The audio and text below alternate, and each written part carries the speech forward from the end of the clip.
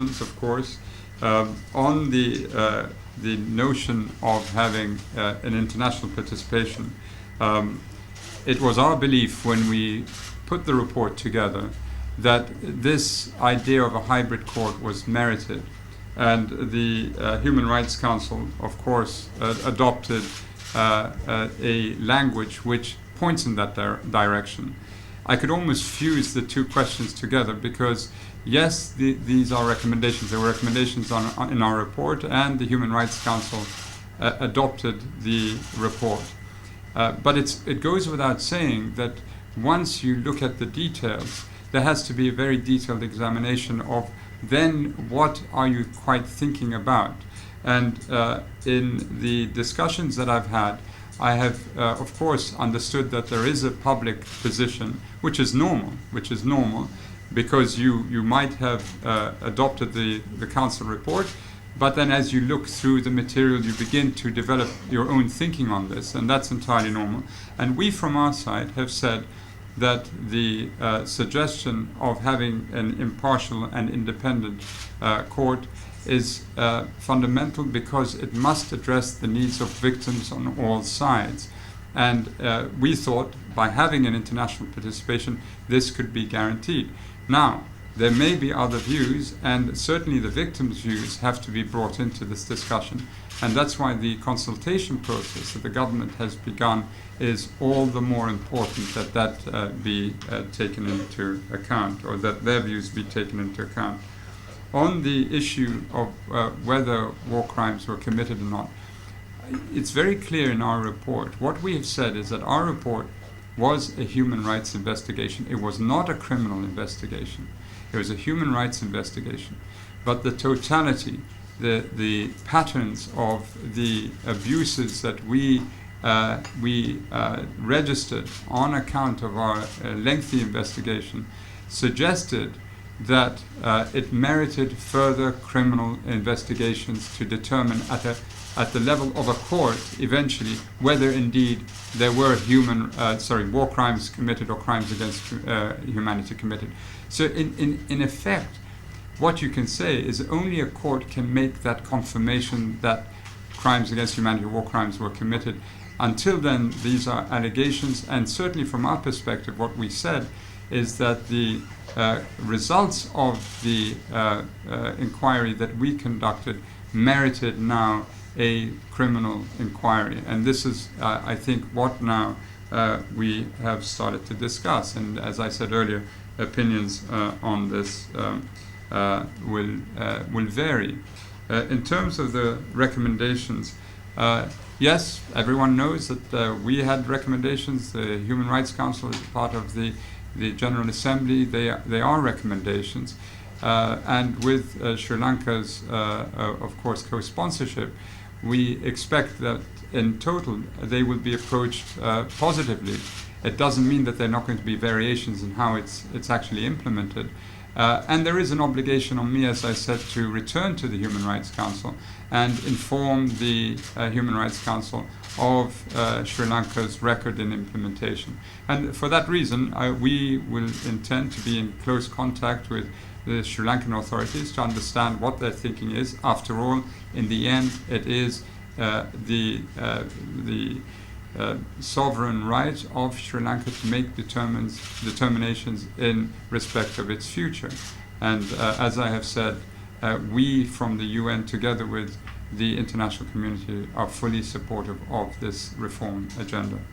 But whether the office is used, let me be clear about this. The office is not used by any particular member state or abused or exploited. I would urge you just to access the website of the office, and you can see quite clearly that we comment on, we advise, we opine on countries throughout the world, no exception practically. At some stage or another, one of the mechanisms, the treaty body mechanisms, will comment on all countries at some stage or another, and regularly so. The special procedures, the special rapporteurs frequently comment on many countries, including North and South, and we also do the same. I mean, one has to sort of understand, and I think I say this because it's commonly misunderstood about the work that we do.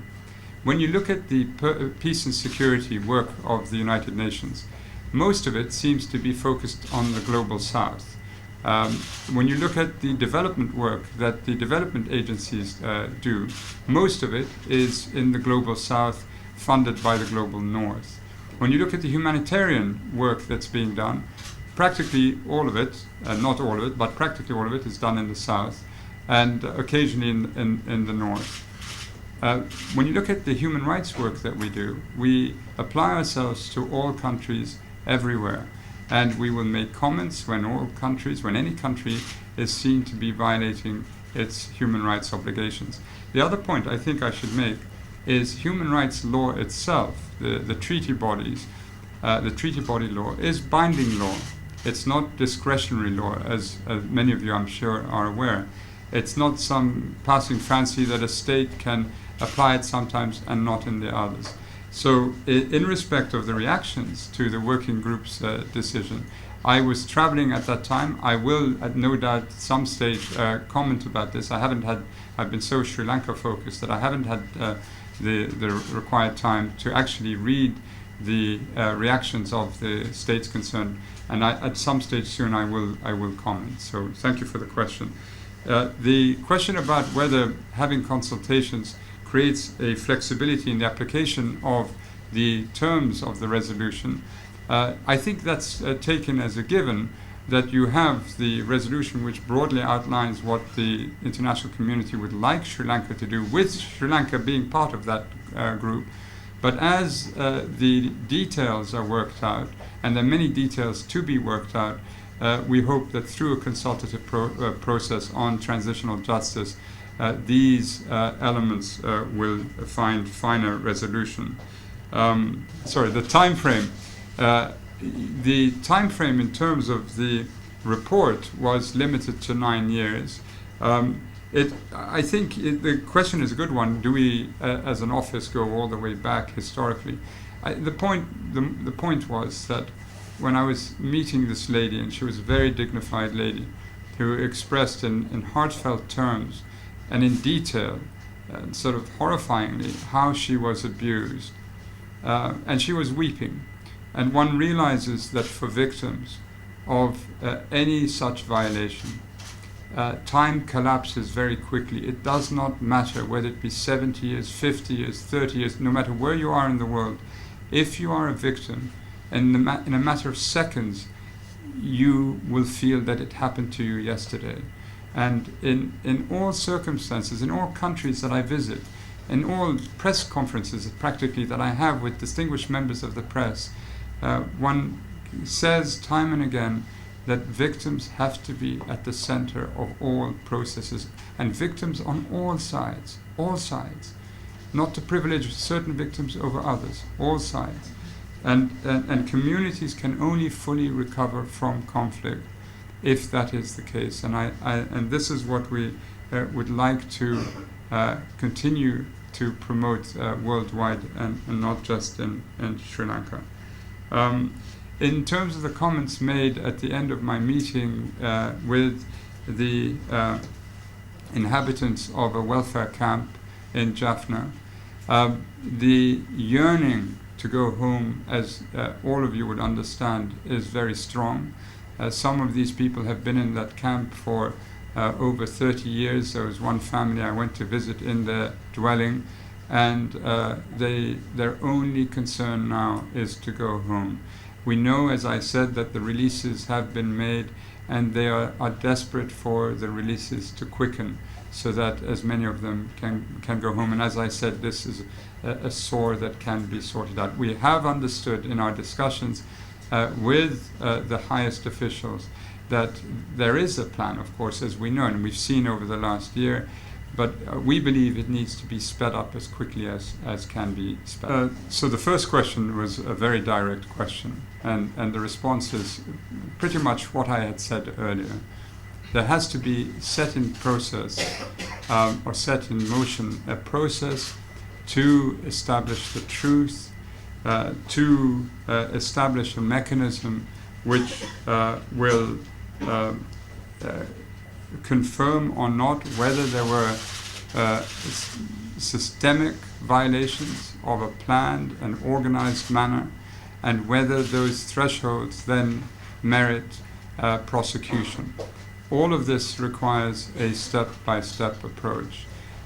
In the literature we put forward, the report we put forward, we did not suggest that there be a referral to the International Criminal Court, because we knew how difficult it would be for the court to exercise jurisdiction. There was a slim chance that the Security Council would refer it, because it was likely that there would be a veto that would prevent that, and it would be difficult for the Sri Lankan government to pass such a bill in Parliament. And so for that reason there was no invocation of a sort of international jurisdiction, and all of it will have to be done step by step. And where the evidence leads the country, it's going to be a Sri Lankan process after all. Where the evidence leads the investigators is where in the end you will have prosecutions and convictions in that respect. The second question on the resolutions concerning the country-specific situations and then my own office, I would divide the two. It is true in our office we have a large number of Westerners. Historically, the Western countries have funded the office in terms of extra budgetary affairs. I don't think it has any effect on the work of the office, because if you look at my statements over the last year, I have sort of made comments, I wouldn't say criticized. I have shed light on violations in the north as much as I have practically on the south. And you only need to look at my statements over the last year to see that. And I don't think it has any bearing. But it is something we'd like to address in its own right, yes, because the Human Rights Council has pointed it out, and we do try and recruit as many from other parts of the world, and we hope to get that done. On the other side, the country-specific resolutions, there's a gravity and scale to many of them that are passed by the Human Rights Council. And very shortly we will be presenting reports in respect of 2 countries, not Sri Lanka, but in about a week's time. And we have constant requests for investigations and for monitoring when it comes to other countries. We have 66 field presences throughout the world, and we, as I said earlier, pass comments on the situation where human rights is concerned as regards all states. In terms of the releases and the PTA, I understood that there was some misunderstanding in the press about this. What we were saying is that I said that unless there were charges made, the prisoners should be released. We have said this in respect of many other countries. We have said this in respect of the United States, for example, and Guantanamo. Whenever there are prisoners held under security or administrative or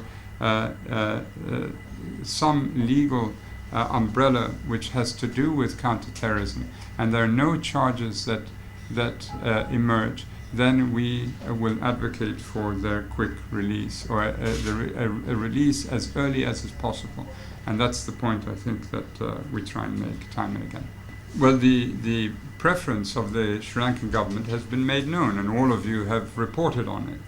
And that is the preference. We have a view that we put into the report, but as we discuss this with them, we know that they're looking at various options within the limits of what they've defined as their preference. What we're saying from our side is that it is your sovereign right to make these decisions. I mean, we can make recommendations, but it is your sovereign right. However, in the end, the recommendations, or rather whatever you do, will be for naught if the victims themselves do not feel that justice is being done. So in the final analysis, it's not whether the UN says this is good or this is not good or this is enough or not enough, or it's not whether others do this. It's whether the affected communities on all sides, all of those who have suffered loss, suffered losing their their parents, their children, their siblings. It's only they that ultimately can make these determinations and say that the government has done enough in respect of us. And for that reason, the consultative process is so vital and so important for Sri Lanka. And this is the point that we've been trying to make.